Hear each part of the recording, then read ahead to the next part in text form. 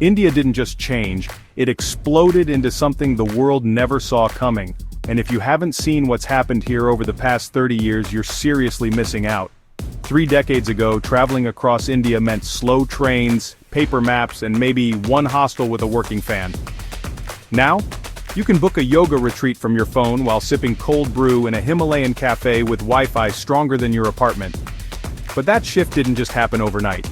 This is the story of how India transformed, not just in highways and high-rises, but in culture, people, and the way the world sees her. From dusty alleys in Old Delhi to sunset beaches in Goa, we're going deep into the raw, beautiful chaos that became one of the world's most unforgettable travel stories. Back in the 90s, India wasn't exactly built for travelers. Sure, people came, but it was rough. Roads were unpredictable, train bookings took days, power cuts were a given. And for most of the world, India was seen through a single lens: poverty, elephants, and maybe the Taj Mahal. Tourists came looking for a photo, maybe some soul-searching, and left overwhelmed. But India never stayed still, and over the next 30 years, it flipped the script. Chapter 1. 1990s India, Grit, Grace, and Ground Realities. The early 90s were raw. Liberalization had just started. India opened its economy to the world in 1991. That meant more trade, more business, but also a slow cultural earthquake. Travelers still had to rely on handwritten train tickets, dodgy bus rides, and asking around for a hotel room. Rickshaw drivers were your GPS. Phones? Forget about it. You had STD booths, public phone centers where you shouted over static to call home. But even then, India had magic. Varanasi's burning ghats, the sunrise in Pushkar, monks in Ladakh who'd never seen a smartphone. Backpackers came with Lonely Planet books stuffed in their bags, trading notes on where to stay and which train might actually show up. Chapter 2. The Rise of the Backpacker Belt. By the late 90s and early 2000s, India was getting a reputation, not just for culture, but for freedom. Goa became the unofficial capital of trance music and spiritual seekers. Rishikesh pulled in yoga lovers and wannabe sadhus. McLeod Ganj became the escape zone for those chasing peace and Tibetan tea. You could travel for months on $10 a day. Hostels popped up slowly, cafes started offering banana pancakes, now a traveler cliché, and Israelis, Brits, Aussies, Koreans, and Germans formed this odd global community drifting through India. But the roads? Still a mess, infrastructure was crawling, and the Indian middle class was only just waking up. Chapter 3. The 2000s, Global Eyes on India. Enter the boom. Between 2000 and 2010, India exploded. The tech world discovered Bangalore. The West fell in love with Bollywood. Slumdog Millionaire hit the Oscars. Suddenly India was trendy. Air travel got cheaper, phones got smarter, apps like Make My Trip made bookings easier. Domestic travel exploded too. Indians themselves started exploring their own country.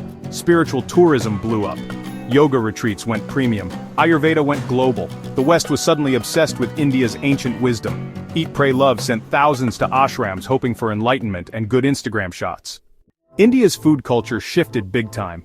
In the 90s it was all about thalas, chai, and roadside samosas. But by the 2010s, India had food festivals, Michelin star chefs, hipster cafes, vegan menus, and regional cuisines were getting spotlighted. Goa wasn't just for trance music. It had sushi bars and vegan taco trucks.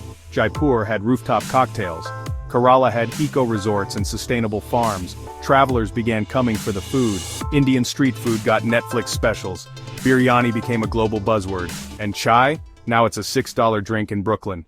Transport transformed everything. India went from slow trains and overcrowded buses to budget airlines, Uber rickshaws, and air-conditioned metros.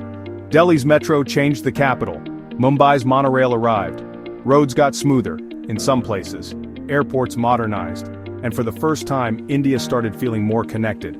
Suddenly, a traveler could fly from Kochi to Varanasi in a few hours, book a hostel on their phone, and rent a scooter from an app. The freedom to explore? It multiplied. Then came Instagram. Now everyone's a travel blogger. India became a digital backdrop. Jodhpur's blue houses, Hampi's surreal boulders, Meghalaya's living root bridges. Suddenly hidden spots were going viral. Digital nomads started calling India home. Co-working retreats in the Himalayas, beach huts in Gokarna with fiber optic internet. Even the locals started seeing their country differently, through the lens of travelers. And YouTube? It blew the doors open. foreigners living in India, vlogging their street food adventures, their temple visits, their culture shocks. The world got a real, raw view of modern India, and they were hooked. COVID hit India hard, travel stopped, but when it came back different. Now, people want deeper stories. Not just sightseeing, they want village life, tribal culture, sustainable tourism, volunteering. India's northeast is getting love, so is the tribal heartland of Chhattisgarh and Odisha, ecotourism in Sikkim, desert glamping in Rajasthan. It's not just about ticking boxes anymore, it's about feeling something real. Here's the wild part. After 3 decades of constant change, India is still India. No matter how modern it gets, you'll still find cows in the street, you'll still haggle in the market, you'll still get that chai with too much sugar that tastes like home.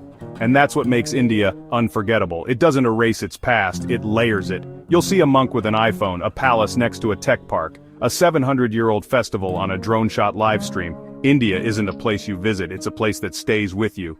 So if you've never been or if you haven't returned in years, don't expect the same India, expect more. More color, more chaos, more stories, more heart.